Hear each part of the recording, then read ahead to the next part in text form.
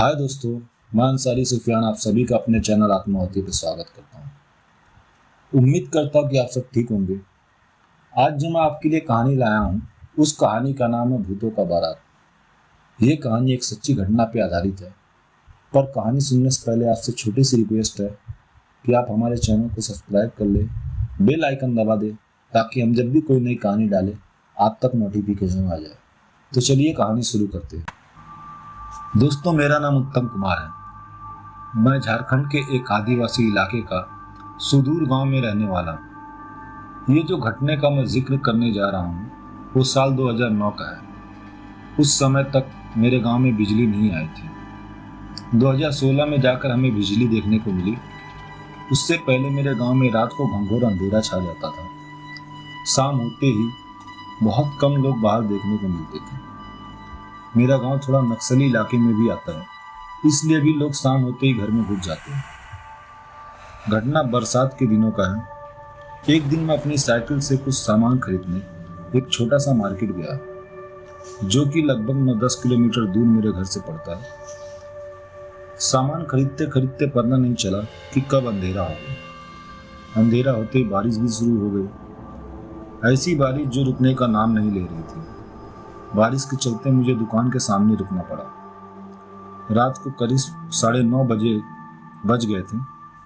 उस समय बारिश थोड़ी कम हुई, लेकिन थमी नहीं थी। जब तक बारिश पूरी तरह रुके ना, मैं भी जा नहीं सकता था, इसलिए मजबूरी में मुझे रुकना पड़ा। लगभग 10 बजे मार्केट पूरा सुनसान हो रहा था। मैं अकेला वहां अपने साइकिल और सामान के साथ था। फिर रात को करीब 10:30 बजे बारिश पूरी तरह से रुक गई। मैं खुश होकर भगवान का शुक्रिया अदा कर रहा था, लेकिन मुझे क्या पता था जो होने वाला था उसके बारे में। बारिश रुकते ही मैं घर जाने लगा, लेकिन कीचड़ और पत्थर के कारण मैं ज्यादा स्पीड में नहीं चल सकता था। ऊपर से एक हाथ में टॉर्च था और दूसरे में साइकिल की हैंडल।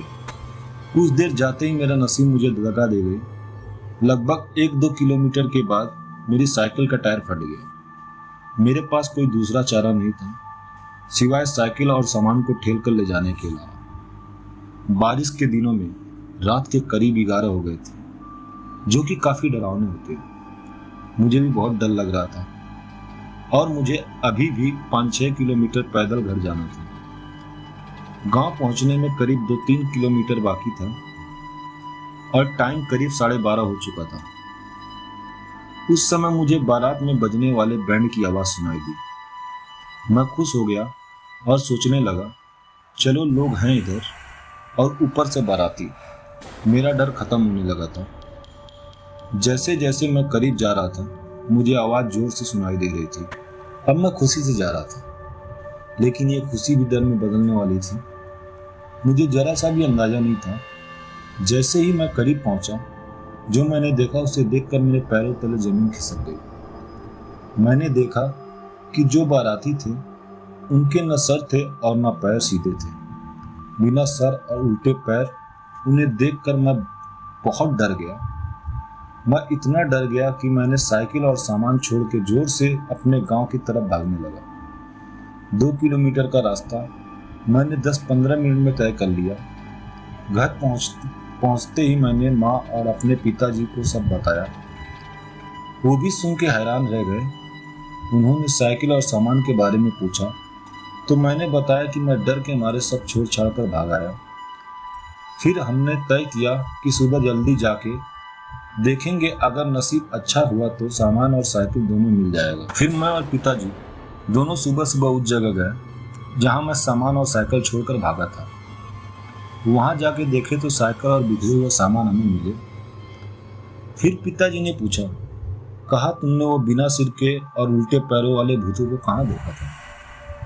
मैं वहां पर उनको ले गया तो वहां पर हमें कुछ बड़े बड़े पैरों के निशान मिले। फिर हम लोग साइकिल और सामान लेके घर आ गए। उस रात मेरी नसीब अच्छी थी कि मैं बच गया। उस भयानक रात को मैं कभी नहीं भूल सकता।